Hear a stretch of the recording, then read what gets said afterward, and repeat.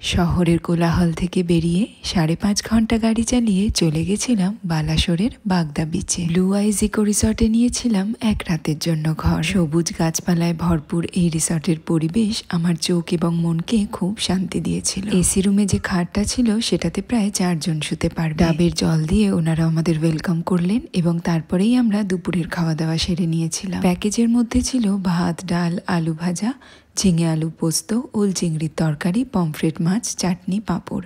কাঁকড়াটা আমরা আলাদা করে নিয়েছিলাম। খুব তৃপ্তি করে খাওয়া দাওয়া সেরে এবার আমরা বিচের উদ্দেশ্যে পা বাড়ালাম। সবুজ গাছগাছালির মধ্যেই সরু একটা পথ এবং সেই পথ ধরে হাঁটলেই পৌঁছে যাবে বাগদা সি বিচে। এরকম নিরিবিলি মনোরম পরিবেশে মাঝে মাঝে এসে নিজের মনকে শান্ত করে নেওয়াটাও কিন্তু খুব দরকার। বাগদা এসে তোমরা এটিভি রাইড, বোটিং, আবার কিছু সাইট সিইংও করে নিতে পারবে।